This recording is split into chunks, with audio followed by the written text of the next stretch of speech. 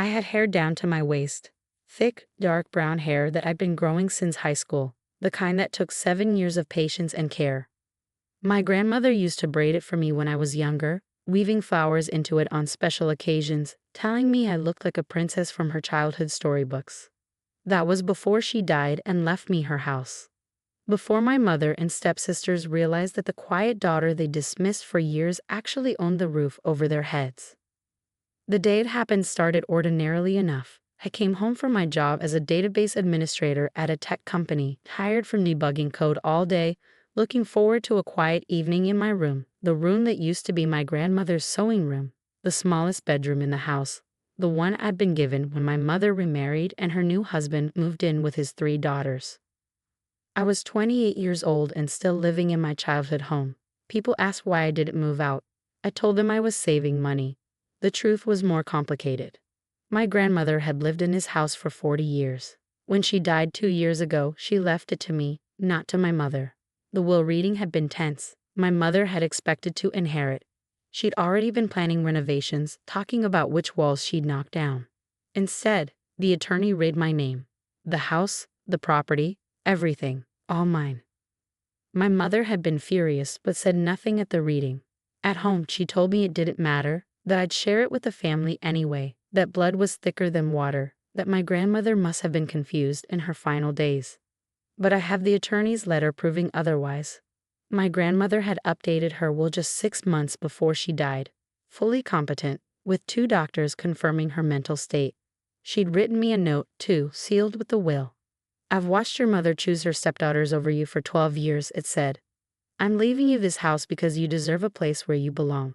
You don't have to let them stay. This is your choice, your home, your safety. Use it wisely. I'd let them stay, out of guilt, obligation, and that twisted family logic that makes you feel responsible for people who've never been responsible for you. I told myself I was being kind.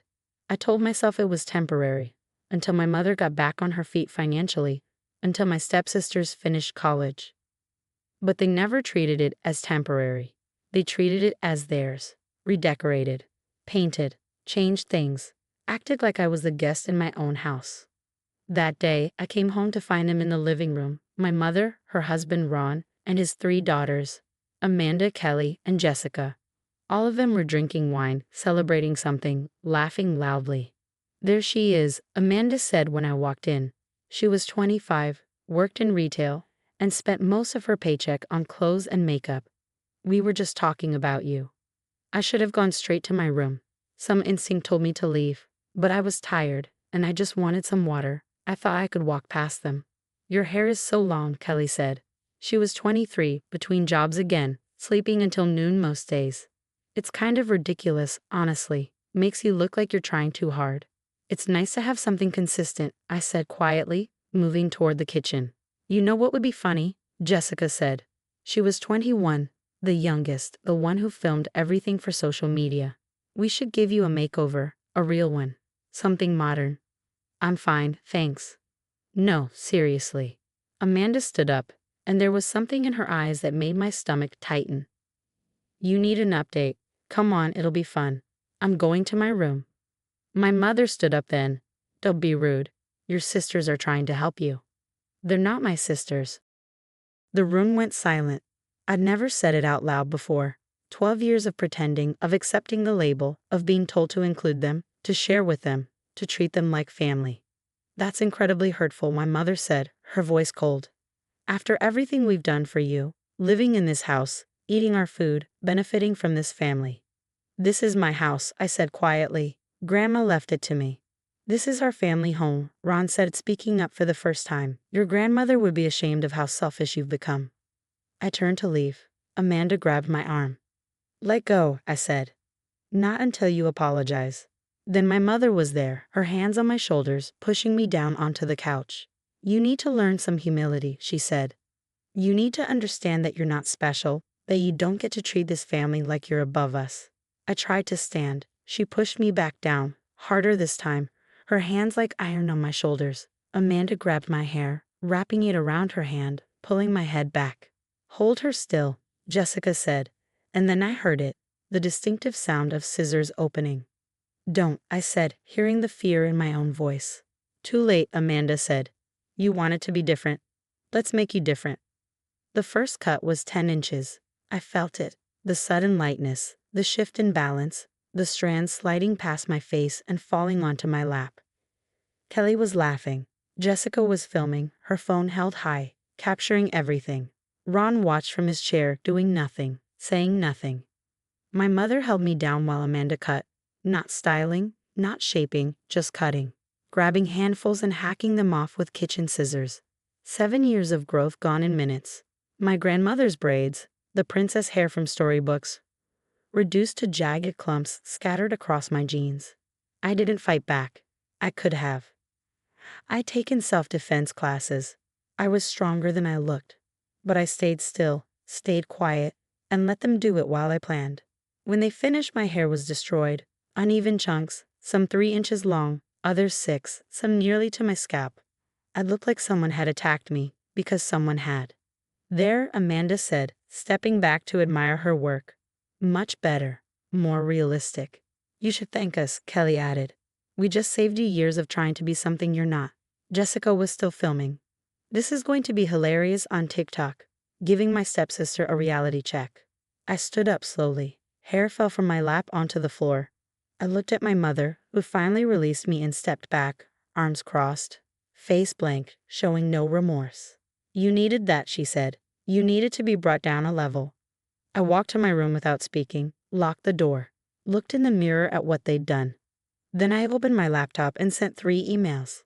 The first was to Sarah Martinez, the property attorney who'd handled my grandmother's will.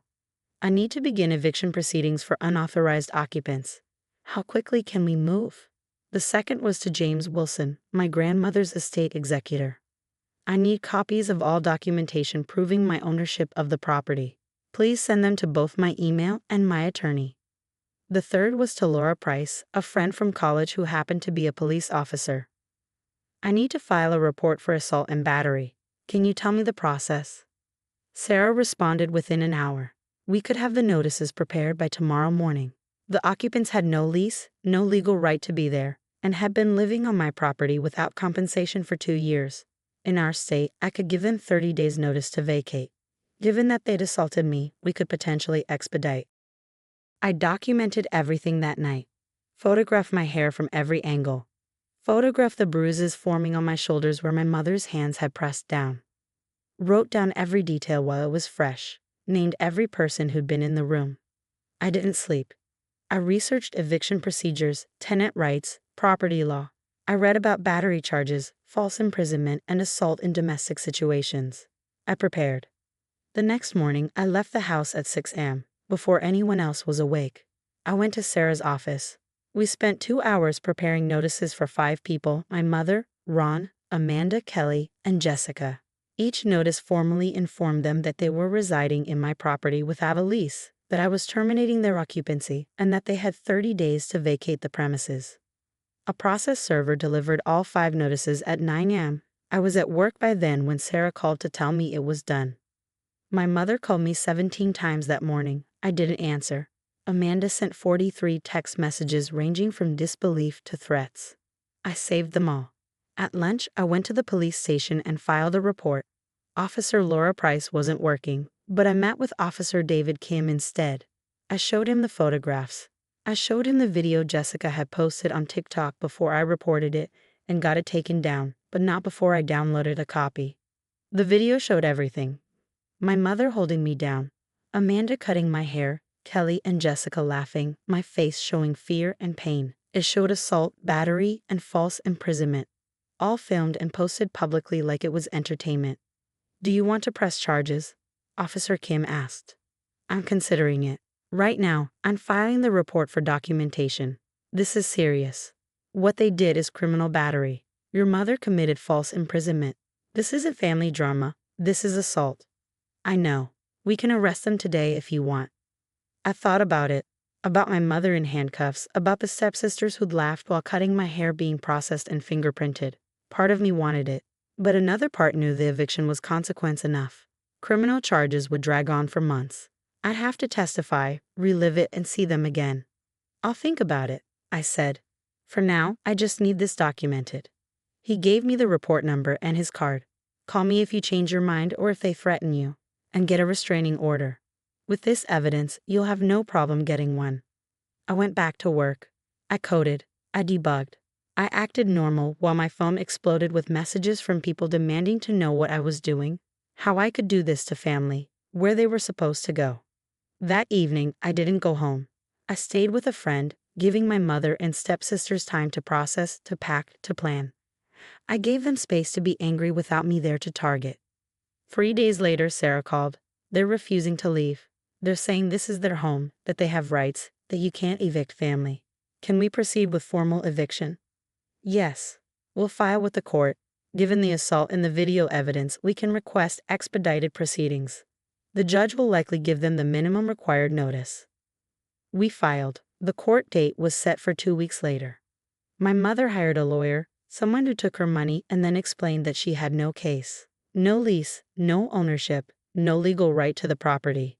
The assault actually worked against her, proving a hostile environment that justified my need to remove them. The hearing lasted 20 minutes. The judge reviewed the evidence, my ownership documents, the assault report, the video, the eviction notices. He ruled in my favor. 30 days from the original notice, which meant they had 2 weeks remaining. But we're family, my mother said, standing up in court.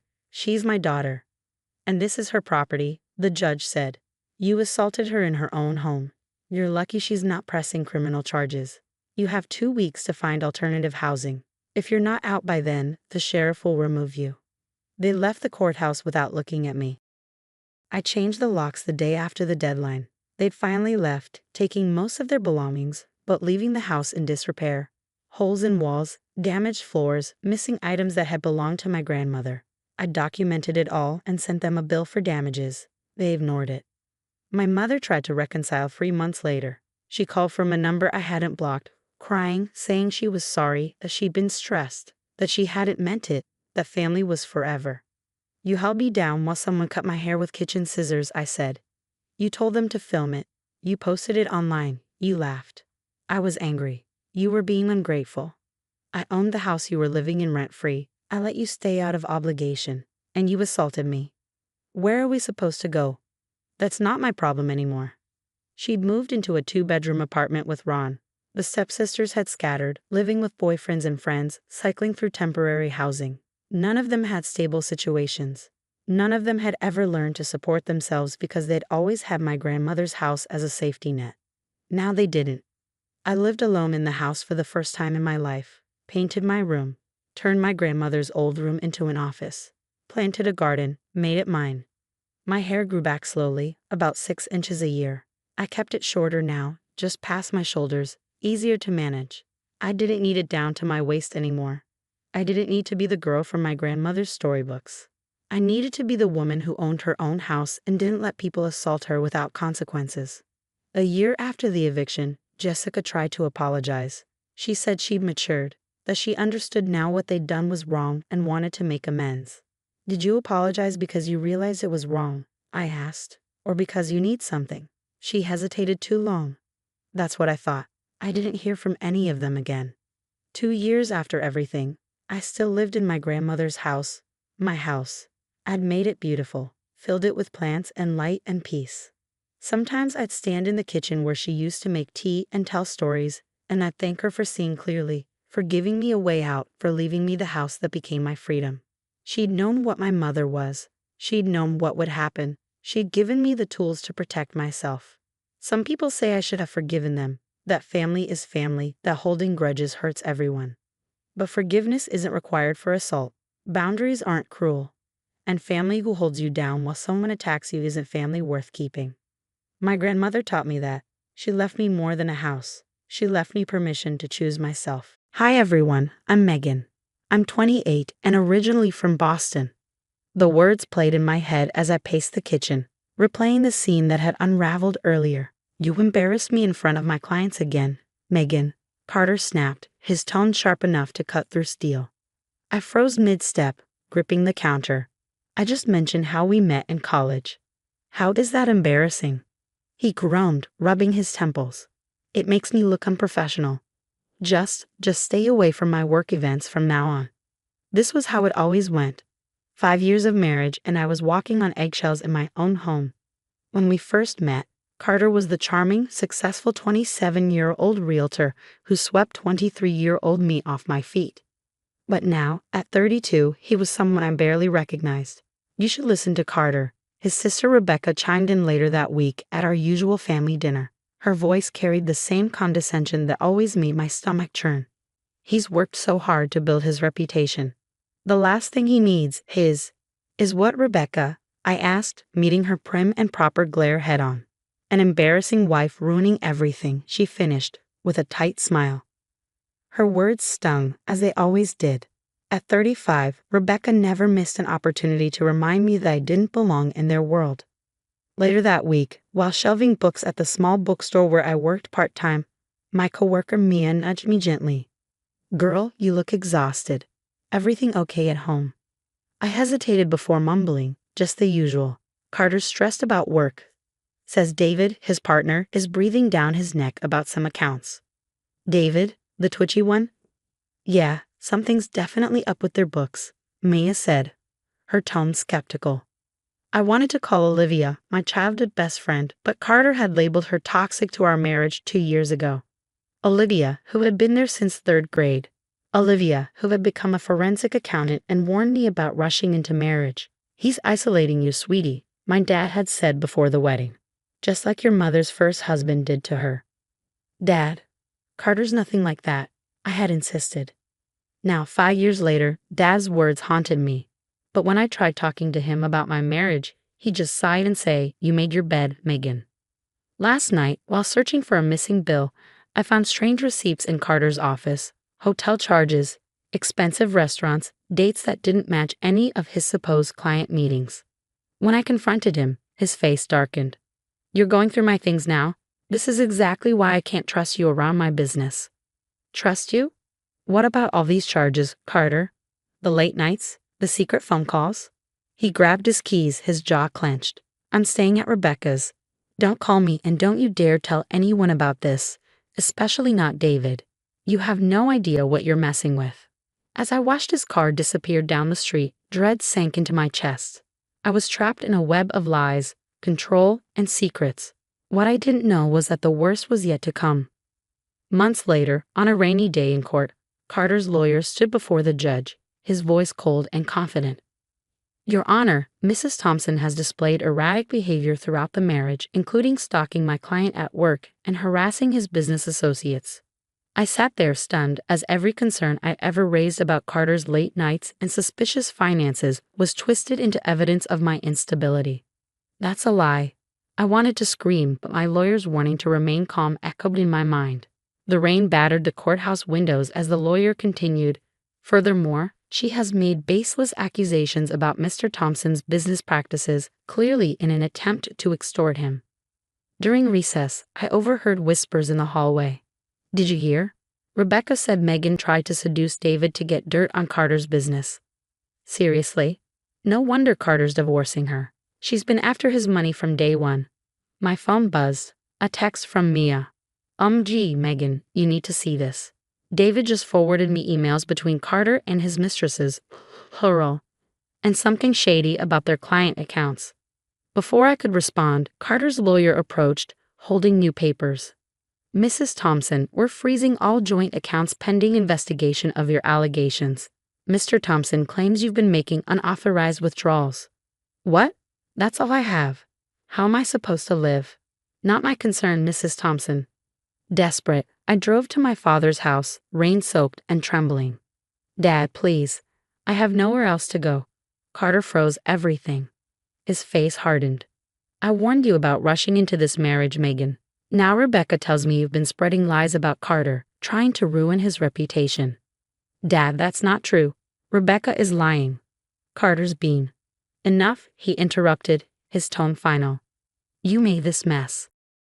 I won't enable your destructive behavior. Your mother and I raised you better than this." The door shut in my face, leaving me standing in the rain, my world crumbling around me. My father's words echoed in my head, cutting deeper than the cold. As the tears blurred my vision, my phone rang. "Mia," I croaked, barely holding myself together. "Girl, come stay with me," she said firmly. At least for a few days while you figure things out. Mia, I can't ask you to. Shut up and get your butt over here. My couch isn't fancy, but it's better than your car. Later that night, wrapped in one of Mia's old blankets, I scrolled through social media. Rebecca's latest post flashed across my screen. So sad when people show their true colors. Money and jealousy really bring out the worst in gold diggers. Hashtag praying for my brother. The comments were brutal. Friends I'd known for years believed her lies, their words like daggers twisting in my heart. I can only keep you for a week, Mia said, handing me a mug of hot chocolate. My landlord's strict about guests, but we'll figure something out. I nodded, too numb to speak. 5 years of marriage had destroyed my reputation and shattered my trust. Even my own father had chosen Carter's lies over my truth. But as I sat there on Mia's couch, something inside me shifted, hardened. They thought they'd broken me, but they had no idea what I was capable of. I opened my laptop and started typing an email to Olivia. It was time to fight back. Girl, I've been waiting for your call for years, Olivia said, her voice a lifeline through the phone. Stay put. I'm picking you up.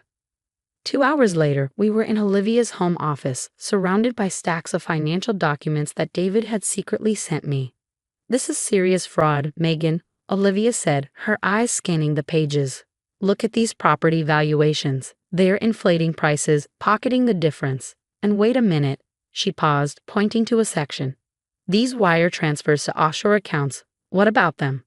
They're authorized by Rebecca, I realized, my stomach sinking.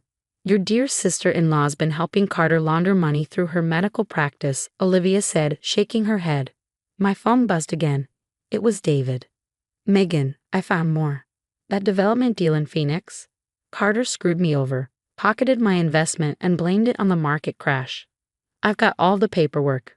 Send everything, David, I said, my voice steady. And thank you. Olivia whistled as she flipped through the new documents. Baby girl, they're going down. But you need to lay low while we build this case.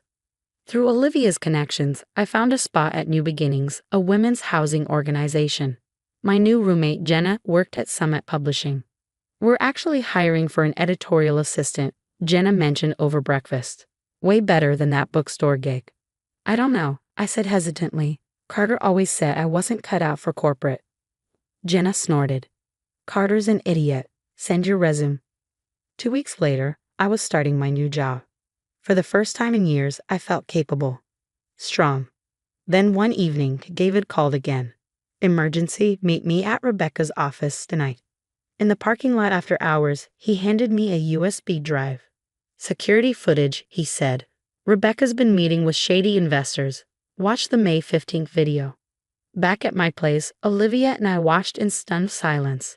There was Rebecca, walking Carter's mistresses through money laundering schemes.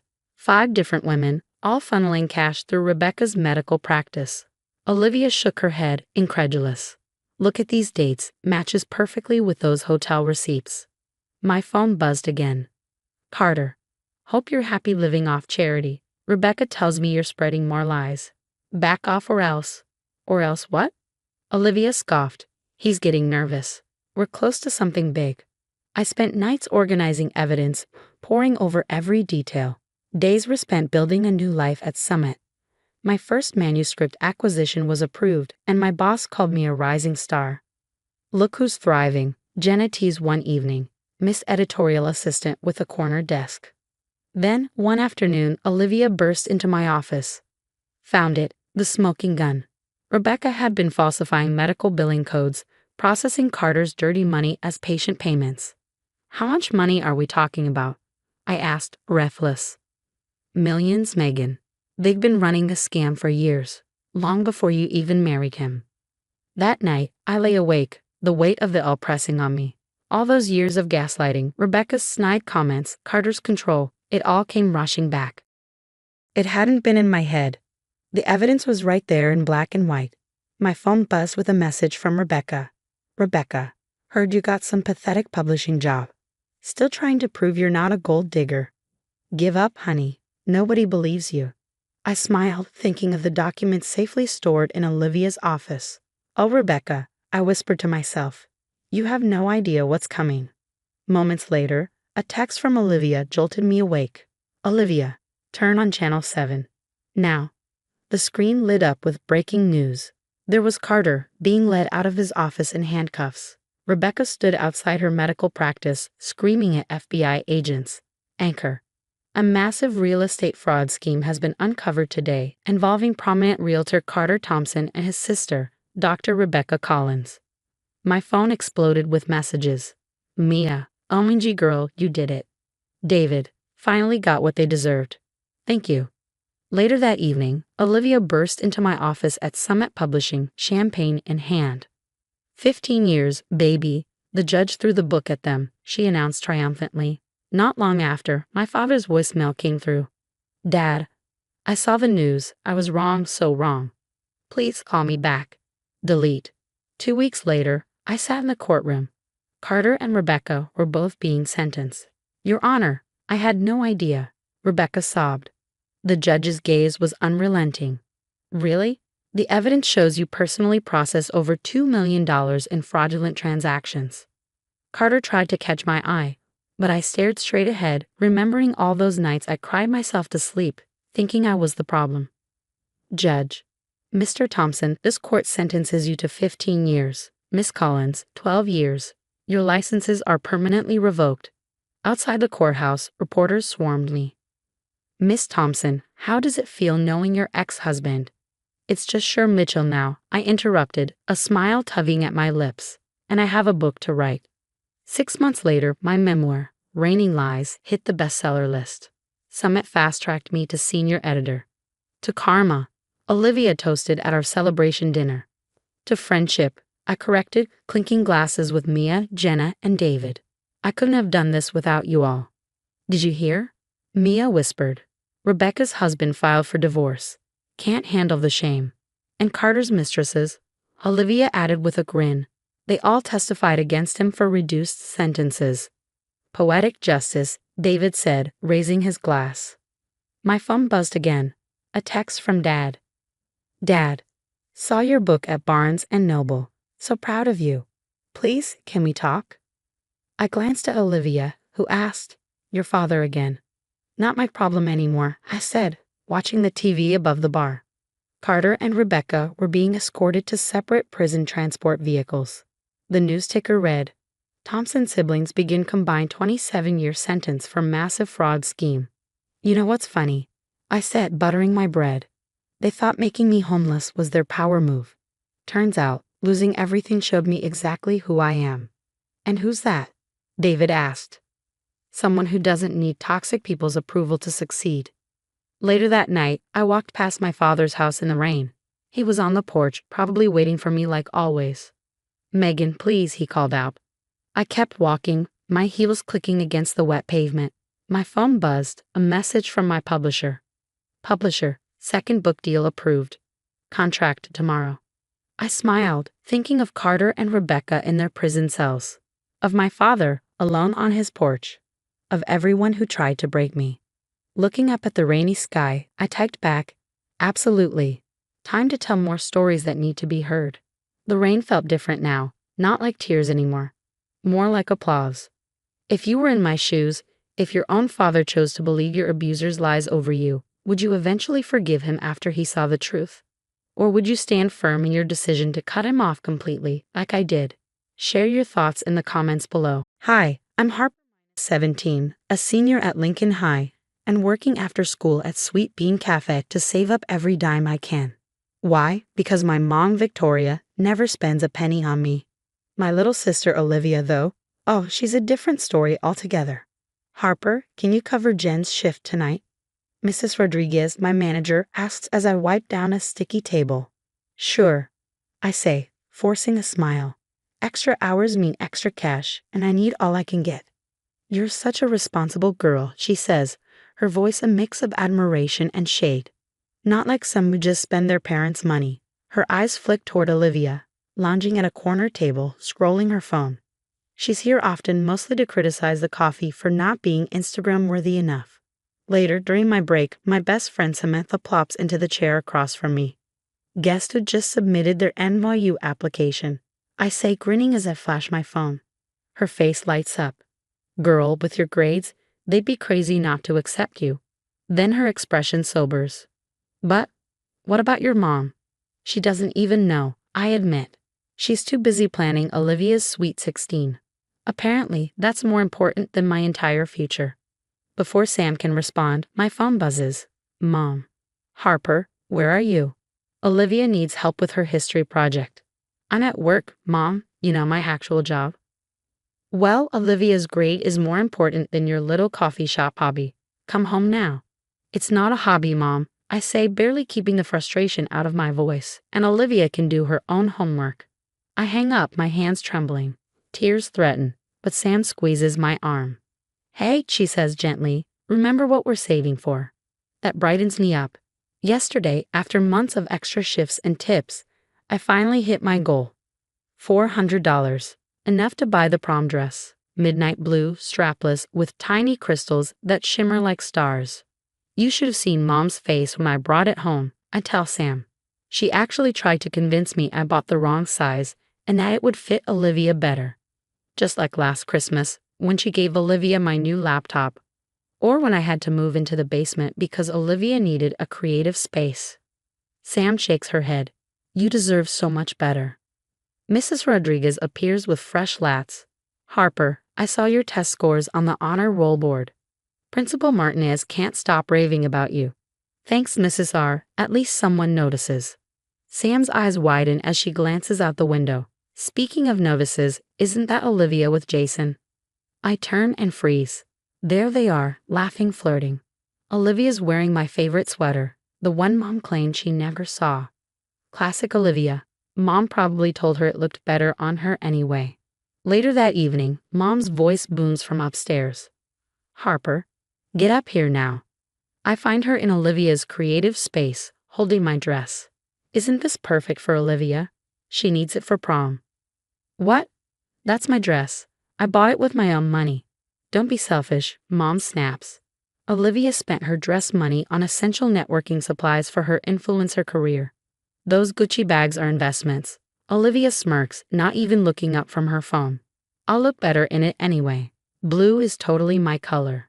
You're not taking my dress, I say firmly. Not this time. Mom sighs dramatically and pulls out a receipt. Too late. I already returned it. The money's going toward Olivia's new iPhone. She needs it for content creation. My stomach drops. You had no right. Lower your voice, Mom says sharply. Olivia, sweetheart, don't let her negativity stress you out. Aunt Rachel chooses that moment to walk in, carrying a stack of packages. She stops, frowning as she takes in the scene. Victoria, you returned Harper's dress without her permission. Stay out of this, Rachel, Mom snaps. I know what's best for my daughters. My phone buzzes. It's a text from Sam. Gee, you need to see these screenshots. I open them, my stomach churning. Olivia's been messaging people from a fake account, spreading lies about me, telling Jason I was unstable, warning Maria that I cheated on tests. Is this why Jason blocked me? Why Maria stopped talking to me? I demand, glaring at Olivia. She shrugs. I was protecting them. You're just jealous because everyone likes me better. Dad appears in the doorway, his expression weary. What's all this shouting? He asks. Thomas, handle your daughter. Mom snaps, pointing at me. She's upsetting Olivia. He sighs and looks at me. Harper, maybe just let your sister have this one. Like I let her have everything else. My voice cracks. My room, my friends, my reputation. Aunt Rachel steps forward, her tone sharp. This is ridiculous, Victoria. First the inheritance from Mom, and now this. Inheritance? I turn to her, confused. Not now, Mom hisses, but Aunt Rachel won't back down. Yes now, Rachel says firmly. Your grandmother left money for both girls' college funds. Funny how it all went to Olivia's so-called career. I stare at Mom, my chest tightening. You stole my college money. I invested it wisely, Mom says, her tone icy. Olivia has real potential. Potential? I repeat, my voice rising. She's ruining my life. You're ruining everything. Olivia jumps to her feet, tears brimming. Mom, make her stop. This ends now, I say, grabbing my phone. I'm done being your scapegoat. Mom narrows her eyes. If you don't get on board with this family's needs, you can find somewhere else to live. Before I can respond, Aunt Rachel steps closer and puts an arm around my shoulder. Gladly, she can live with me. I've watched this circus long enough. Fine. Mom screams. Take her. Olivia's the only daughter who truly appreciates me anyway. I look at Dad, still standing silently in the doorway. Nothing to say. As usual? He meets my gaze for a moment, then turns and walks away. Pack your things, Aunt Rachel says softly. You're coming home with me. As I head to the basement to gather my things, I hear Olivia wail, but what about my prom dress? For the first time, I smile at her tears. Living with Aunt Rachel has opened my eyes.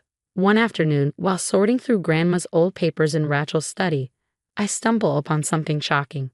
Bank statements showing Mom withdrew thousands from accounts meant for my future. Rachel walks in as I stare at the papers in disbelief. Your mother always had a talent for manipulation, she says bitterly. She did the same to your grandmother, draining her accounts for emergency expenses. Funny how those emergencies always aligned with Olivia's shopping sprees. My phone buzzes. It's a text from Mrs. Rodriguez. Harper, I'm promoting you to shift supervisor. You deserve it, especially now. Tears prick my eyes as I type back. Thank you, Mrs. R. That means everything. Later at work, Maya, Olivia's former best friend, walks in, looking uneasy. Can we talk? She asks. I fold my arms. Why? So you can spread more lies about me? No, she says quickly, pulling out her phone. I need to show you something. She scrolls through screenshots, her hands shaking slightly. Olivia's been blackmailing half the school. She has fake accounts everywhere. Look at these group chats. She's been organizing cyberbullying campaigns, spreading rumors, even threatening to expose people's private information.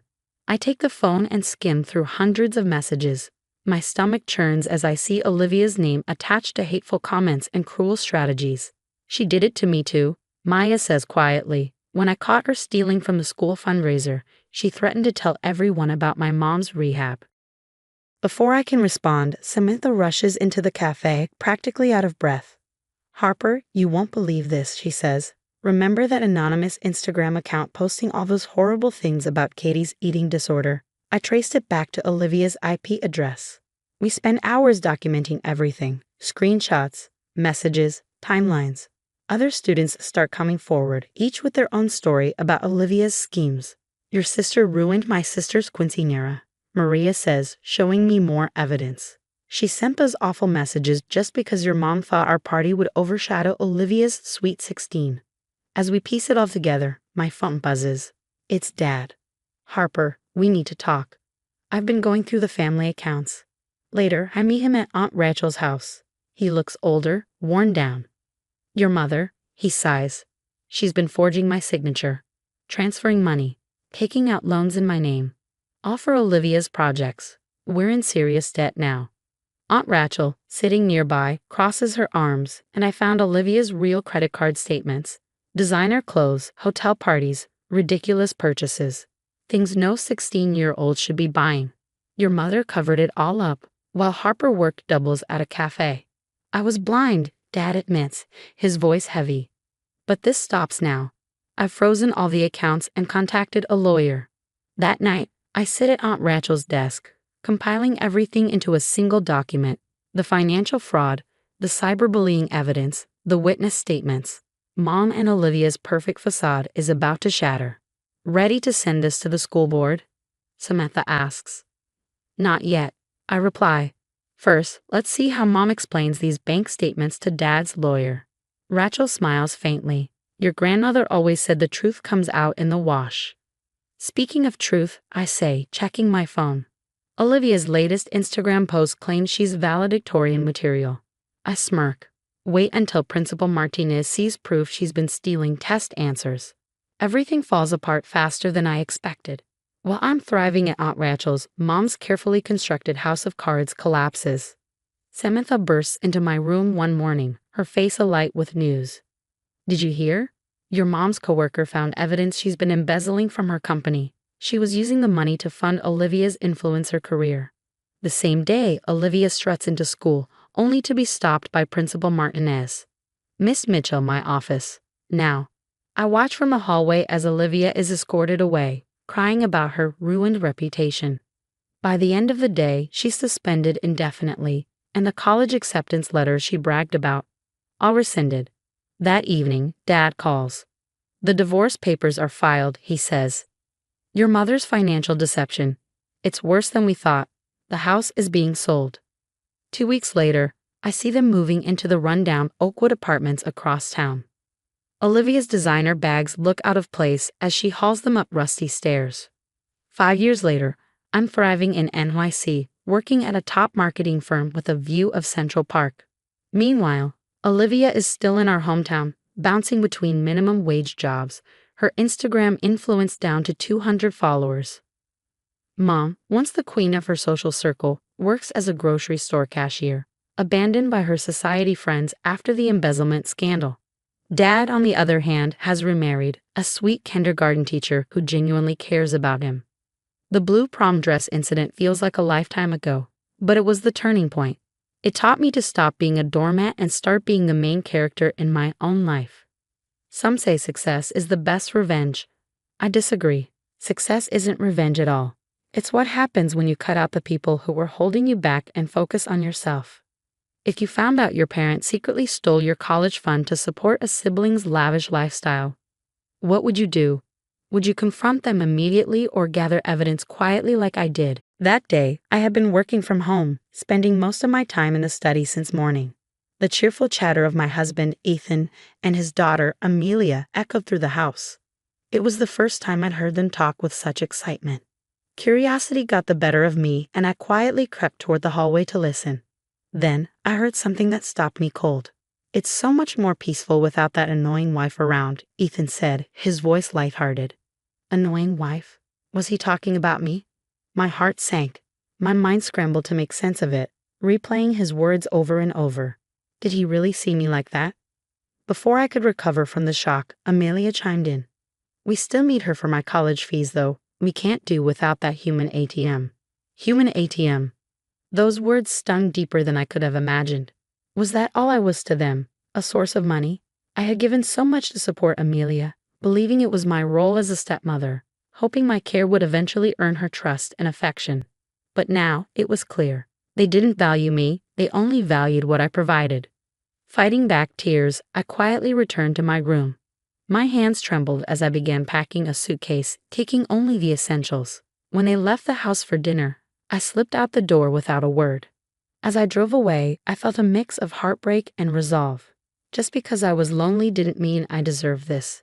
If all they wanted was my money, I had no reason to stay. My name is Catherine, and I'm a mid-level accountant. For 15 years, I've worked diligently in my field, building a steady, stable career. After my first marriage ended, I threw myself into my work, using it as both a distraction and a lifeline. Even during the toughest times, I stayed focused, knowing my career was my anchor. My first husband, Zach, had struggled with alcohol dependency. At first, it seemed like he just drank a little too much on occasion. But over time, it became a daily crutch. He carried unresolved pain from his past. Pain I couldn't heal for him, no matter how hard I tried. Counseling or a structured recovery program could have helped, but Zach wasn't ready to face his demons. When our marriage ended, I wasn't lost. I leaned on the skills I had honed through years of hard work. Eventually, I transitioned to a better paying position and found financial stability. Still, I sometimes wondered if I was meant to live without a family of my own, focusing solely on my career. Then I met Ethan. Ethan worked as a pharmaceutical salesperson, often visiting my office as part of his job. He wasn't particularly assertive, but there was a gentleness about him that drew me in. My nurturing instinct kicked in. I wanted to support him. He shared his struggles as a single father raising Amelia after his ex-wife's infidelity. His vulnerability touched me, and I believed we could build a life together. But as time went on, cracks began to show. Ethan often spoke about wanting to find a better paying job, but seemed stuck in a cycle of switching roles without real reflection. When I asked about his strengths, his answers were vague and uninspiring. I'm not sure, he admitted. I just feel like I keep failing. I tried to encourage him, explaining that failure was a stepping stone to growth, but his reluctance to take risks or learn from his mistakes worried me. He seemed more content dreaming about success than working for it. Still, I reassured him that my income could provide stability for us while he figured things out. Instead of feeling supported, he seemed to interpret my words as a safety net. "Thanks, Catherine," he said. "Honestly, being an employee doesn't suit me, so this is a relief. I'm not planning to quit now, but it's nice to know I don't have to worry about increasing my income." His response left me uneasy, as if he was shifting the entire financial burden onto me. But I pushed those feelings aside, telling myself he would eventually find his footing. When Ethan and I got married, I met his daughter, Amelia, for the first time. She looked me up and down with a critical gaze before bluntly asking, "So, what exactly do you bring to the table?" "Good job. Decent salary." Her words took me aback. For a moment, I was stunned into silence, realizing she was essentially questioning my worth. I felt a wave of embarrassment. I didn't consider myself particularly glamorous or charming, but her bluntness caught me off guard. "Amelia, that's rude," Ethan interjected. "I didn't mean anything by it," she replied, casually shrugging. I held back a retort, not wanting to create conflict during our first meeting. Instead, I tried to keep the conversation light. "So what kind of work do you do, Catherine?" she asked with unexpected curiosity. Surprised, I decided to share a little about my job. Maybe, I thought, my experience might inspire her or spark ideas for her own future. "Well, I work in accounting. Do you know what accountants do?" "Yeah, like handling expense reports or reimbursements," she said nonchalantly. "That's part of it," I replied, "but there's a lot more involved." I explained my role in simple terms, handling monthly closings, preparing consolidated reports, and crafting financial strategies. I talked about managing transactions, creating budgets, and overseeing financial planning. I tried to convey that my job required both analytical and management skills. "What kind of qualifications do you need for that job?" she asked.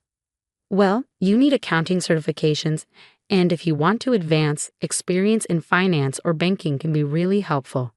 In this field, experience often matters as much as education," I added, hoping to convey the expertise my work required. But Amelia looked completely uninterested.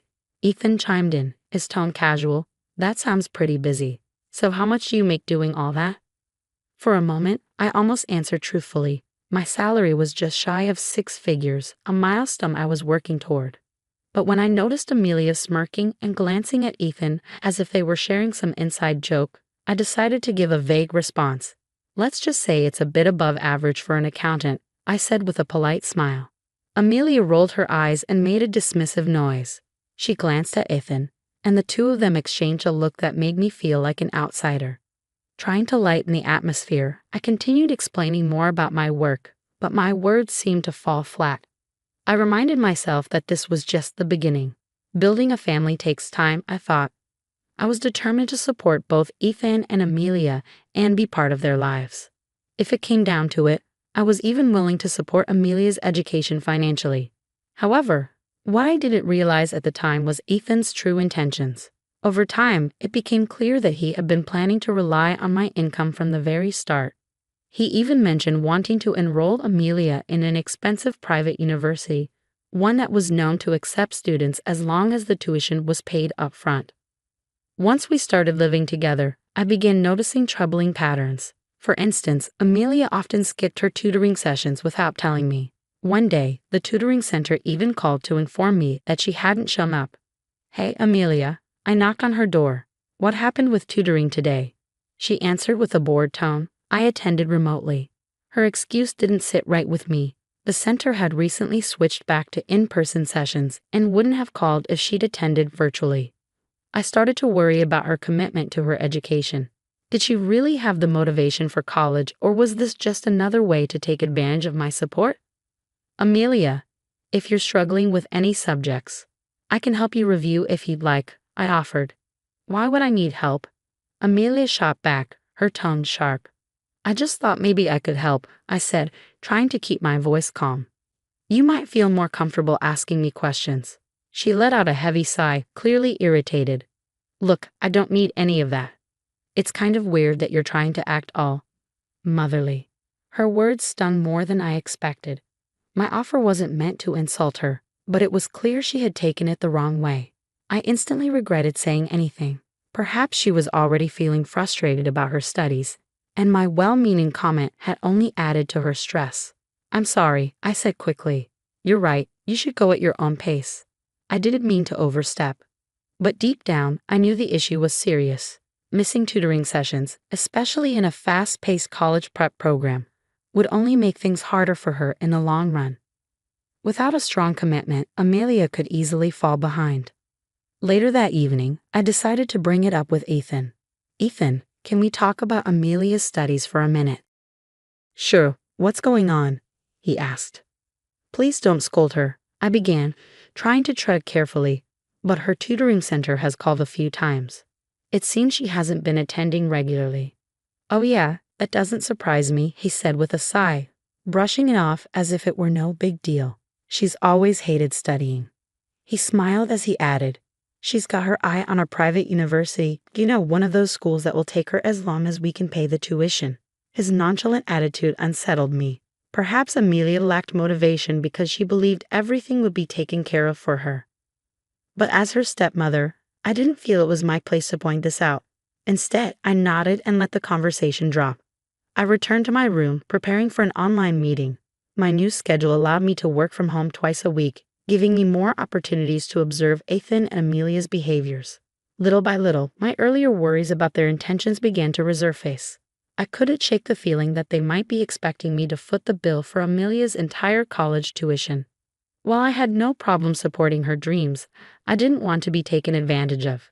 As the days passed, I began noticing more troubling patterns.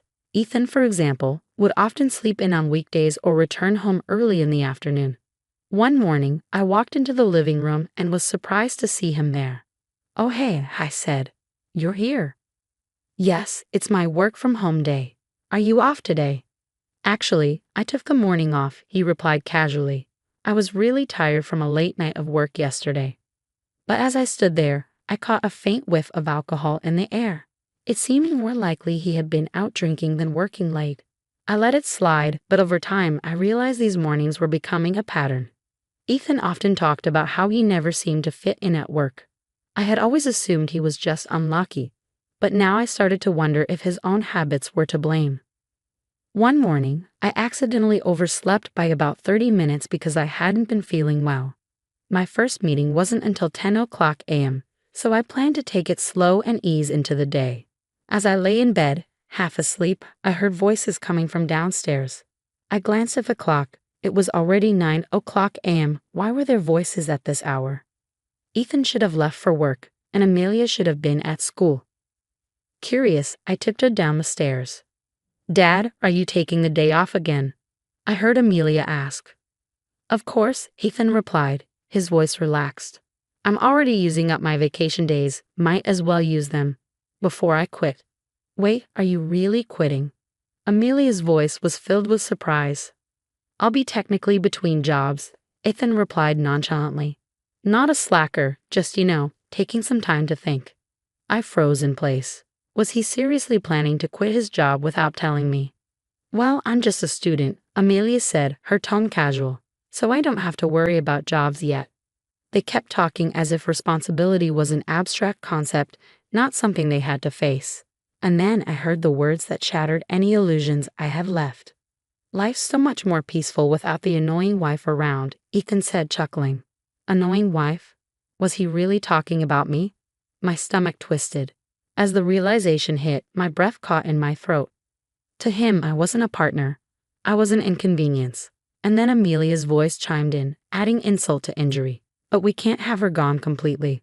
I still need her around for college expenses, right? I froze. Did they truly think of me as nothing more than an ATM? A high school student saying that about me was beyond disrespectful. My head spun as I pieced together the truth. From the beginning, I'd been nothing more than financial support to them. Quietly, I stepped back upstairs, my heart racing. I didn't make a sound as I packed my largest suitcase with essentials. When I heard them leave for lunch, I seized the opportunity to escape. Enough was enough. Staying would only drain me emotionally and financially. I had given them countless chances, believing they'd change, but they had taken my kindness for weakness. As I walked out of the house, I felt both a weight lifting and a pang of sadness. On my desk, I left the divorce papers. They would know I was serious. I rented a small but cozy apartment near my workplace. It wasn't luxurious, but it gave me the peace and privacy I desperately needed. Almost immediately, the calls began. Ethan left multiple messages, all of which I ignored. I knew he wasn't calling out of affection. He was desperate. A month passed without real contact, though his attempts only grew more frequent. Then, late one night, my phone started buzzing persistently. This time it was Amelia. I could imagine the panic setting in now that their ATM was gone. But deep down, I felt no sympathy. Finally, around midnight, Ethan called again. Sighing, I picked up. I was ready to put an end to this once and for all. It's late, Ethan. This is highly inappropriate, I said flatly. Catherine, finally, where are you? His voice sounded panicked, but I knew better than to fall for it. That's not important. Just file the divorce papers. Divorce? Why? I don't even understand what's going on. His feigned confusion only fueled my frustration. You know exactly why, Ethan. You've said enough. I'm done being disrespected. Look, we need to talk. Amelia's planning on attending open house events, and she really wants you there. I couldn't help but laugh bitterly. Oh, you mean for that expensive private college? The one where tuition costs a fortune. He hesitated. Well, yes, but it's important for her future. She needs to be prepared. Ethan, I interrupted, my voice firm, it's time you face reality. Supporting Amelia is your responsibility, not mine. His silence spoke volumes. This time, I wouldn't give in to emotional blackmail. Maybe it's time you found a stable job and stepped up, I said bluntly. Can't we just talk this out? He pleaded. I'm willing to try again. Really? No, Ethan. The way you and Amelia treated me, there's no going back from that. He fell silent again, seemingly out of arguments. I guess I never thought it would come to this, he finally muttered. That's because you took me for granted. Both of you did. I hung up, feeling a strange sense of closure. For the first time, I had said everything I needed to say. Over time, I stopped checking for their messages. There was no need to revisit the past. I focused on myself, enjoying the freedom and peace that came with moving on. Amelia eventually dropped out of her university plans and took a part-time job. From what I heard, she was struggling with the reality of independence, but at least she was learning. Ethan, on the other hand, drifted between jobs, occasionally reaching out for one last favor. I never responded. I had given them enough chances. It was time to live for myself. I even adopted a rescue cat, finding joy in the small, comforting moments of companionship.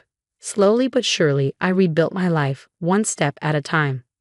And for the first time in years, I felt truly free.